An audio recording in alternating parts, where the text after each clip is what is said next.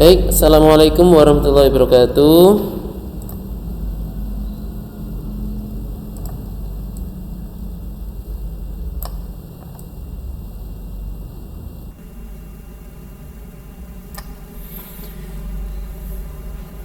Baik, ini adalah pertemuan pertama untuk mata pelajaran simulasi dan komunikasi digital, dan untuk mata pelajaran ini untuk kelas Google Meet ini saya rekam dan nanti akan saya upload di YouTube, sehingga bagi teman-temannya yang tidak bisa mengikuti materi ini nanti bisa menyimak di YouTube. Cuman yang diutamakan tetap yang langsung daring seperti ini ya, bagi yang sudah join seperti ini ya. Karena kalau yang tidak join langsung ini ada kekurangan, yaitu tidak bisa untuk melihat tugas-tugas secara langsung, tidak bisa bertanya secara langsung, dan bahkan tidak bisa menambah nilai. Jadi yang sudah join ini yaitu Alvin Alfandi, Ringga Adi Purwanto, Rofik Dwi Saputra, ini sangat beruntung karena teman-temannya banyak yang masih belum bisa bergabung. Jadi tetap yang utama ini adalah yang bisa langsung bergabung, karena mata pelajarannya nanti bisa interaktif dan bisa tanya jawab. Nanti kalau ada yang bingung bisa langsung tanya. Jadi untuk yang rekamannya nanti di YouTube ini hanya bagi yang terpaksa tidak bisa mengikuti materi, itu ya. Baik, materinya sudah saya share, sudah bisa tampil ya. Bab 1, konsep dasar dari simulasi digital. Upaya mengkomunikasikan gagasan atau konsep melalui presentasi digital. Ini sudah bisa dipantau ya.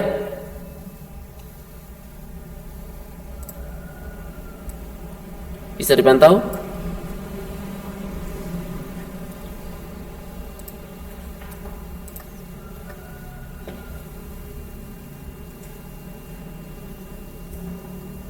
Baik, saya minta untuk salah satu dari kalian ini membaca tentang konsep mata pelajaran ini yang sudah saya tampilkan. Ini mohon dibaca. Bagi yang sudah bisa menyimak, ini minta tolong langsung dibaca supaya lebih cepat.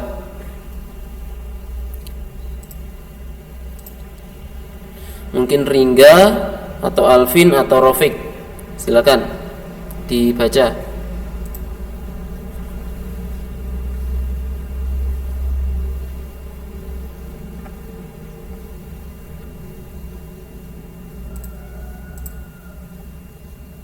Untuk videonya ditampilkan ya.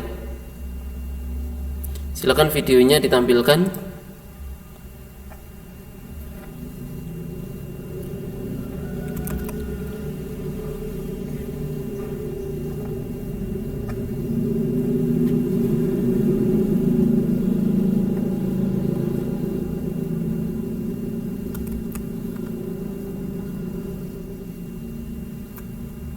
Baik, di situ ada Ringga, ada Rofik, ini sudah menampilkan videonya. Terima kasih.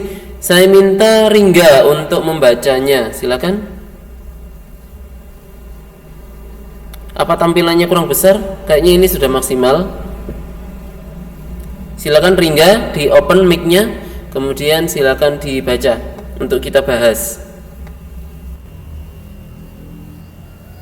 Ya.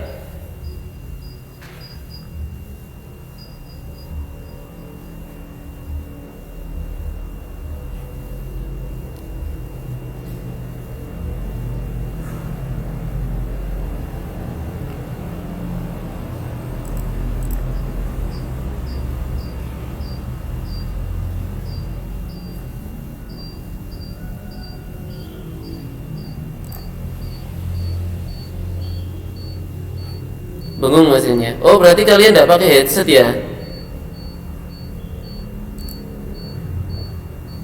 Oh iya.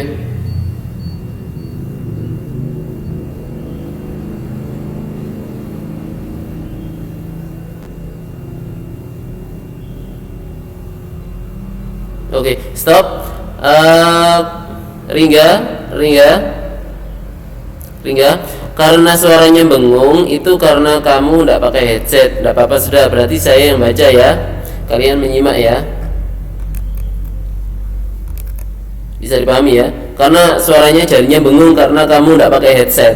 Karena kalau tidak pakai headset mesti bengung memang. Baik, akan saya baca ya. Silakan disimak baik-baik. Kita akan bahas. Pada dasarnya, sekolah menengah kejuruan bertujuan membekali siswanya dengan keterampilan kejuruan untuk mengatasi masalah. Dengan demikian, sejak awal siswa SMK harus mendudukkan dirinya sebagai bagian dari solusi, bukan bagian dari masalah. Nah, ya. Jadi intinya kita harus bisa mencari solusinya setiap ada permasalahan tentang dunia digital. Dalam hampir seluruh bagian hidupnya, manusia tidak pernah mampu melepaskan diri dari kegiatan berinteraksi dengan manusia lainnya.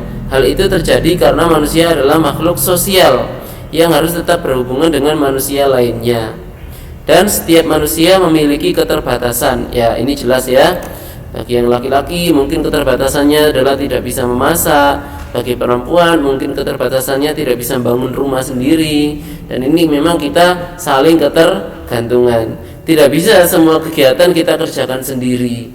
Termasuk juga ponsel, itu juga harus bekerja sama dengan orang lain untuk bisa menggunakan handphone. Karena kalau tidak mungkin kita bangun tower sendiri, kemudian menghubungkan sendiri, terus membangun pabrik ponsel sendiri, itu tidak mungkin.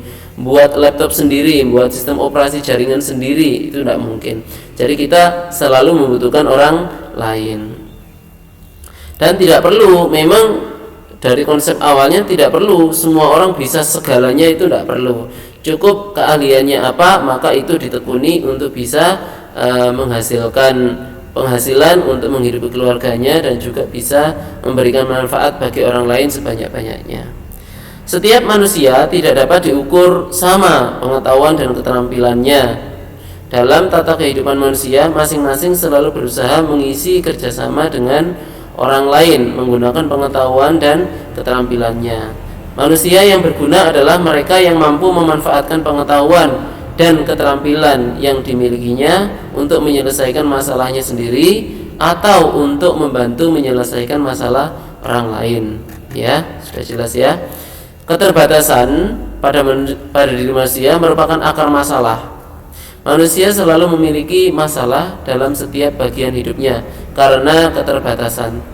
Kelebihan seseorang yang dapat menyelesaikan kekurangan orang lain dalam perkembangannya, kelebihan seseorang inilah yang sering menjadi kekhasan pengetahuan dan keterampilan seseorang.